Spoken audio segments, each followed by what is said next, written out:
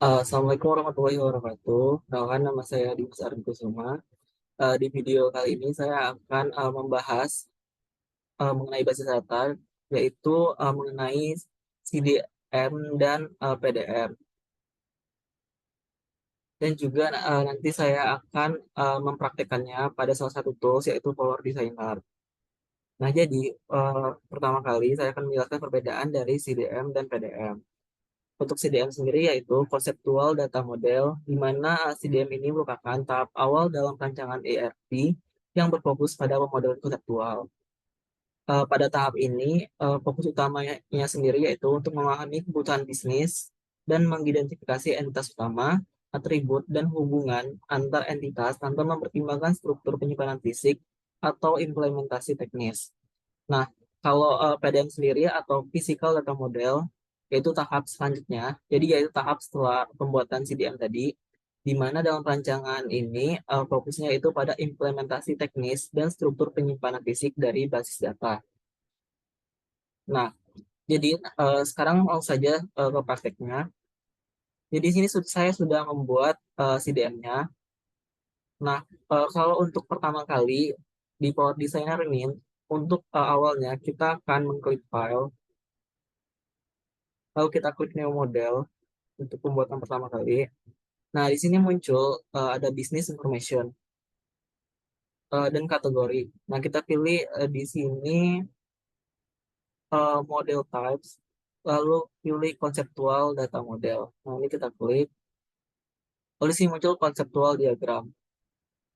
Habis itu kita klik OK atau kita namain terlebih dahulu. Nah, di sini saya akan mengklik OK langsung saja. Nah, di sini nanti muncul lembar baru. Nah, di sini kita akan membuat CDM tadi. Nah, lalu untuk membuat ada entitasnya, sini atau tabelnya, sini pertama kali kita akan mengklik di sini ada conceptual diagram, yaitu entitasnya entity, lalu kita klik dan kita klik lagi di sini. Nah, di sini muncul tabel. Nah, setelah itu kita mengklik lagi dua kali. Sini muncul general, kita namakan entitas yang akan kita buat. Nah, ini saya misalkan dulu, misalkan misalkan admin. Nah, lalu setelah entitas ini dibuat, ini untuk namanya sendiri udah ada, jadi nggak bisa. Mungkin saya akan mengganti lagi namanya. Misalkan peminjaman aja. Nah, peminjaman, lalu kita buat atributnya. Nah, di sini kita isi sesuai atribut atau sifat-sifat yang dimiliki dari entitas tadi.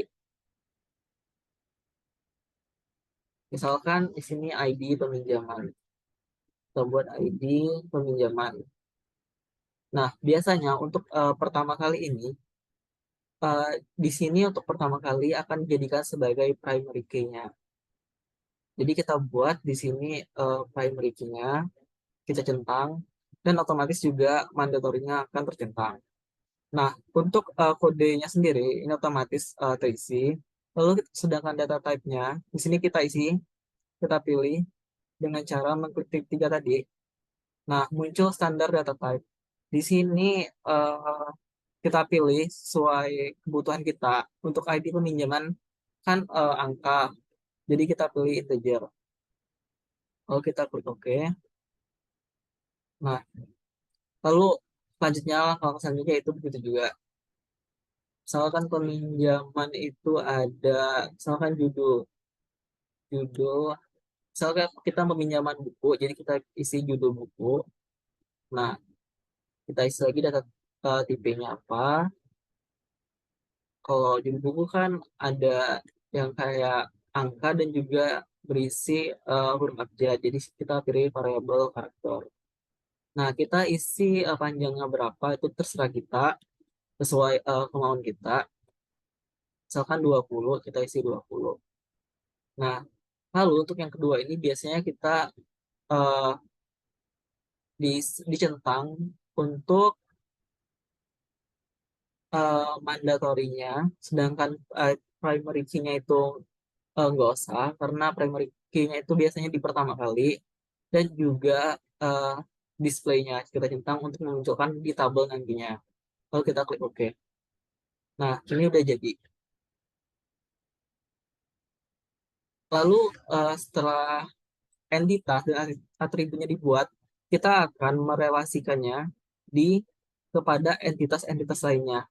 Nah, di sini saya sudah ada buat entitas lainnya di sini. Di sini saya membuat hmm, membuat stok obat pada apotek. Nah, di sini saya mencontohkan saja bagaimana cara menghubungkannya. Jadi, di sini kita hubungan peminjaman kepada admin. Kita klik ini di konseptual diagramnya, relationship. Lalu kita tarik garis antara entitas satu dengan entitas lainnya. Sini entitas peminjaman dan entitas admin kita tarik garis. Nah, di sini muncul relasinya.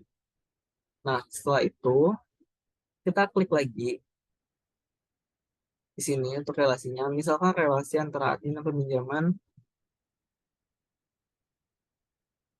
berarti di sini melihat ya. Kita lihat, melihat. Misalnya sih namanya melihat atau apa. Misalkan admin ini dapat melihat eh, pemi- dapat melihat peminjaman atau data peminjaman.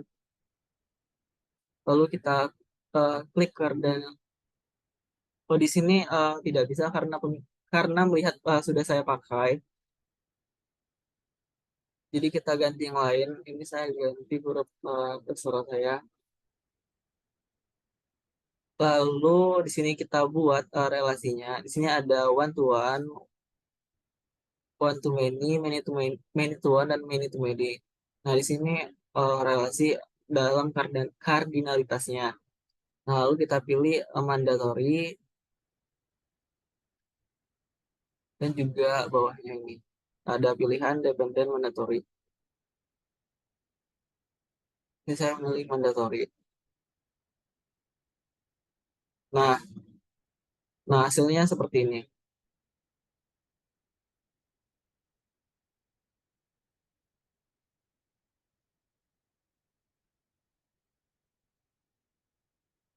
Nah, untuk yang sudah jadi ini, mengenai yang setelah saya buat, di sini ada entitas admin dan data obat.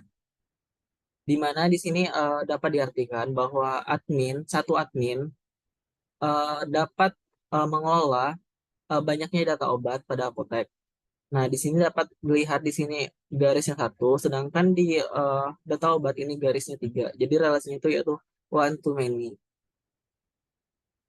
Kita juga dengan yang lainnya. Di sini ada one to many dan juga one to one kalau nggak salah ada. Oh, many to many. Itu aja. Nah, lalu setelah kita buat entitas, atribut, dan juga relationship-nya, kita ubah lagi ke PDM, Physical Data Modeling-nya. Jadi kita di sini kita klik Tools, lalu kita pilih Generate Physical Data Model.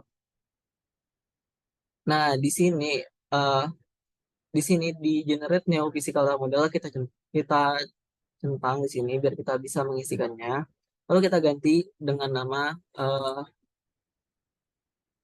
P, P, PDM Dimas 10 atau terserah kalian teman. Ini lebih baiknya untuk namanya itu ganti ke PDM agar kalian lebih mudah ditemukan dan lebih efisien. Jadi di sini nanti di sini juga di kodenya kita klik ini, jadi muncul otomatis namanya berubah. Lalu setelah itu kita klik OK.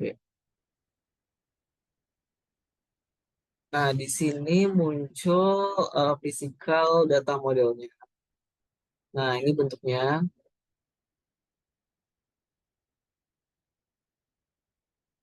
Nah, yang di sini itu muncul entitas ini saya kurang tahu apa, cuman ini masih saya cari lagi lebih tahu kenapa muncul ini. Cuman untuk hasilnya sendiri untuk PDM itu seperti ini. Nah, setelah PDM-nya jadi, kita akan membuat database-nya. Jadi kita generate ke database-nya, kita klik lagi generate database. Eh, Pertama pilih database, lalu generate database.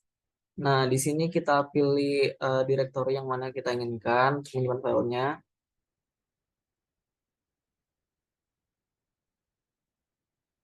Setelah itu kita klik option. Nah, di sini ada drop table. Sini kita checklist agar tidak terjadi error nantinya saat di generate ke database.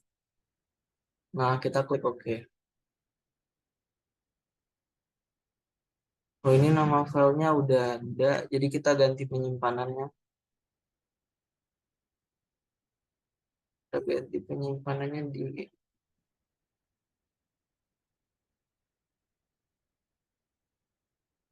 kita ganti di sini aja coba.